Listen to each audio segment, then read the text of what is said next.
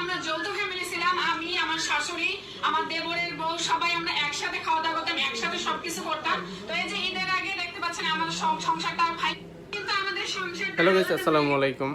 তো এই দুই কাপল ব্লগের আবার কি হইলো?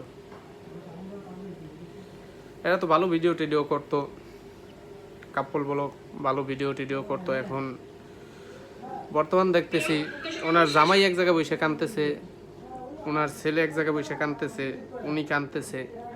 আমি তো বুঝলাম না এই সংসারটা কি হইলো। মুখ থেকেই আমরা সত্যি ঘটনাটা আজকে ভাইরাল হয়ে গেছে যে ননদের হাজবেন্ডকে নিয়ে পলাইছে, ঠিক আছে? তো মূলত ননদের হাজবেন্ডকে নিয়ে পালাই নাই, এই যে আমার দুলাভাই, বড় দুলাভাই, তাকে নিয়ে পালাইছে, ঠিক আছে?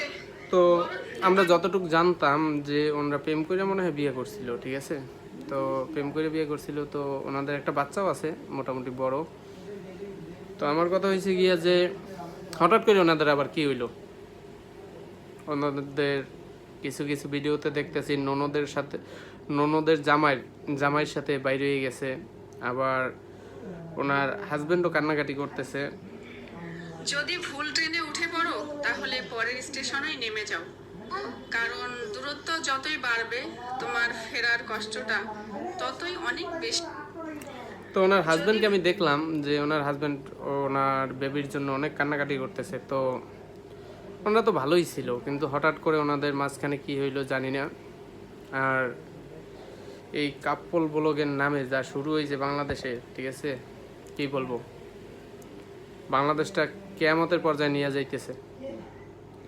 উচ্ছৃঙ্খল ভিডিও কইরা জামাই ওয়াইফ, কি বলবো, এদের কোনো সামাজিক কোনো নাই, লজ্জা নাই। তো এই ভীতি ওরা তো অনেকদিন আগে বিয়ে করছে। তো আমি মনে করছিলাম যে হয়তো বা প্রেম করে বিয়ে করছে, ভালো হবে, অনেক দিন যাবৎ সংসার করতেছে, বাচ্চাটাও 6-7 বছর বয়স হবে।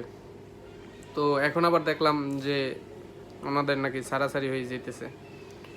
উনি নাকি ননদের হাজবেন্ডের সাথে পলাইছে মানুষে বলে। তো উনি আবার প্রকাশ্যে এসে বলল যে ননদের হাজবেন্ডের সাথে পলায় নাই, উনি ওনার বড় দুলাভাইয়ের সাথে পলাইছে। তো এখন বর্তমানে এফবিতে ঢুকলেই দেখা যায় বিথির এই ভিডিওগুলা। তো আপনারা জানাবেন কমেন্টে ওনাদের কি সমস্যা।